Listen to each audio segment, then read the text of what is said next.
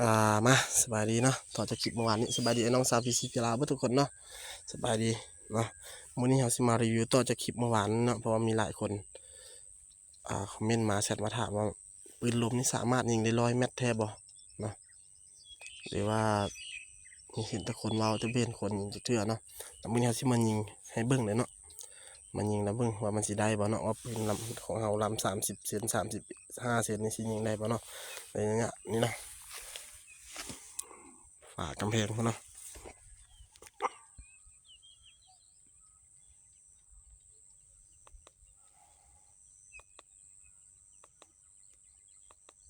100 กับ 3 เมตรเนาะมา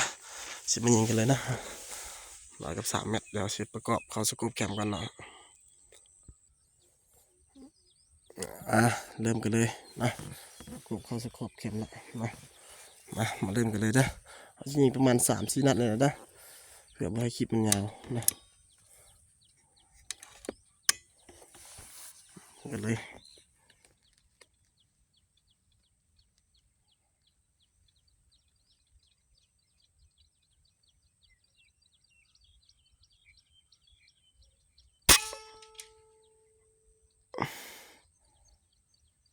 โอเคนะนัดหนึ่ง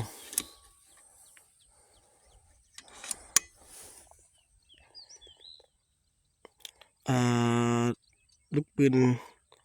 ที่จริงแล้วเป็นลำสโคปแคมแล้วลูกปืนจะตกอยู่เบื้องซ้ายบ่หรือว่าเบื้องขวาเนี่ยนะที่จริงเลยตามมันตกตามเส้นเล็งเขาแล้วเนาะ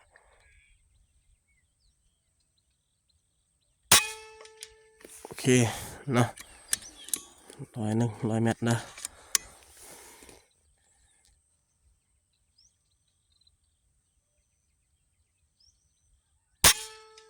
โอเคนะคุณเห็นปะ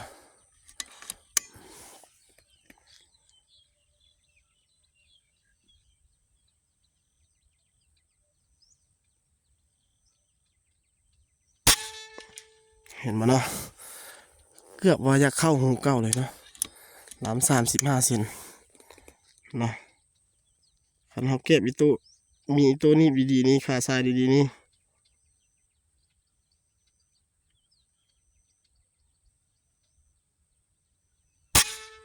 เห็นปะเนาะคันนั้นทำมีขาทรายดีๆนี่เกือบว่า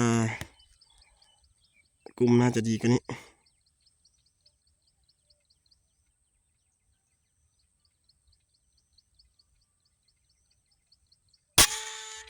เห็นปะทุกคนเห็นปะนะสอดแล้วนะทุกคนเห็นปะเกือบว่าจะเข้าบอลเดียวนี้ได้ครึ่งนี้ได้เห็นปะนี่เห็นปะเพราะว่าเขาตั้งกล้องอยู่เมื่อวานนี้เซตซิโร่อยู่60-70 เมตรเนาะก็ตกอยู่ประมาณ2 ขีดครึ่งใหญ่ๆนะหรือว่า4 จำผลเม็ดจำที่4นะประมาณนั้นเท่าไหร่เนาะนี่เห็นปะทุกคนเห็นปะเป็นหูอยู่นี่เลยเนาะบ่ว่าอยู่ในสกู๊ปแคมที่เห็นหรือบ่เนาะไอ้น้องคนใดสนใจลำก็ทักมาเนาะ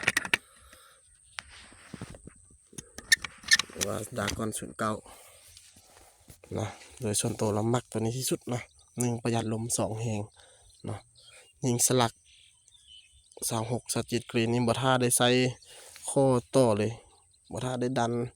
บ่ท่าได้เปลี่ยนสปริงในสปริงนี้เขาเปลี่ยนให้เลยเด้อระบบทางนอกทางในเปลี่ยนเบิดเนาะส่วนเฉพาะวาล์วผู้ใดสิให้เฮาโมให้นะหรือว่าให้อัปเกรดเป็นแหวนโมบิโมบิอาร์บ่ลูกยางคาสไนรอนบ่หรือว่าซิม NBA 0907ก็ว่ามาเฮาก็ต้องได้ตื้มเงินเด้อได้ตื้มเงินเนาะ